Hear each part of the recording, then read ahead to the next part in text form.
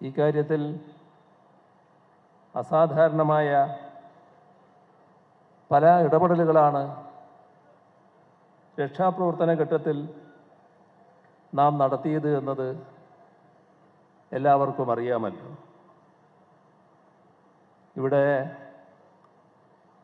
യോഗത്തിന് വന്നിവിടെ ഇരുന്നപ്പോൾ നമ്മുടെ റവന്യൂ മന്ത്രി ഒരു കുട്ടിയെ എൻ്റെ അടുത്ത് കൊണ്ടുവന്നു. ആ കുട്ടി പുനർജനിച്ച കുട്ടിയാണ്. യഥാർത്ഥത്തിൽ ചളിയിലാഴ്ന്നുപോയ കുട്ടി, മൂക്കിലും വായിലും കൂടി ചളി വലിച്ചെടുക്കേണ്ടി വന്ന ഡോക്ടർമാർ. അത്ഭുതകരമായ നമ്മുടെ ആധുനിക വൈദ്യശാസ്ത്രത്തിൻ്റെ അത്ഭുതകരമായ നേട്ടം അതിൻ്റെ ഭാഗമായി ജീവിച്ചിരിക്കുന്ന കുട്ടി. അങ്ങനെയുള്ള ഒട്ടേറെ സംഭവങ്ങൾ അതുമായി ബന്ധപ്പെട്ട് ഓർക്കാൻ നമുക്കുണ്ട്. നമ്മുടെ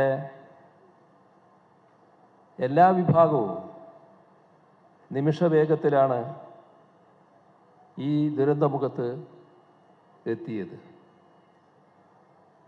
നമ്മുടെ പോലീസോ അഗ്നിശമന സേനയോ പട്ടാളമോ ഒക്കെ എത്തുന്നതിന് മുന്നിൽ തന്നെ നാട്ടുകാർ ആകാവുന്ന രീതിയിലുള്ള പ്രവർത്തനങ്ങൾക്ക് തുടക്കം കുറിക്കുകയും ചെയ്യും. എല്ലാ ആധുനിക സംവിധാനങ്ങളെയും നാം ആശ്രയിച്ചു.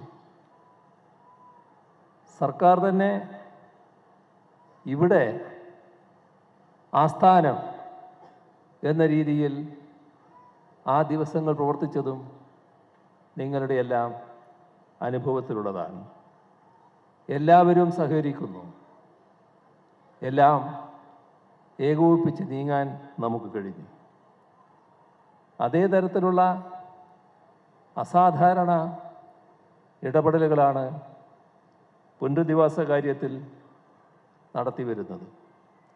എല്ലാ ഇടങ്ങളിൽ നിന്നുമുള്ള സഹായങ്ങളെ ഏകോപിപ്പിച്ചു. സാമ്പത്തിക ബുദ്ധിമുട്ട് തടസ്സമാവാതിരിക്കണം എന്ന് നാം പ്രത്യേകം ശ്രദ്ധിച്ചു. അതിവേഗത്തിൽ കർമ്മ പദ്ധതികൾ ആവിഷ്കരിച്ചു.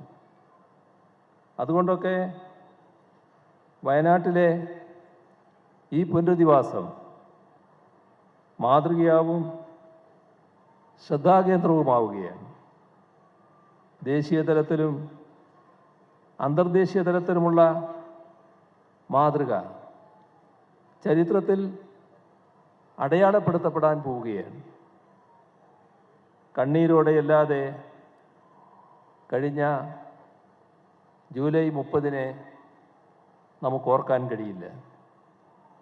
നമ്മുടെ എത്രയോ പ്രിയപ്പെട്ടവർ ഇപ്പോഴും നമ്മോടൊപ്പം ജീവിക്കേണ്ടവർ അന്ന് ഇല്ലാതെയായി.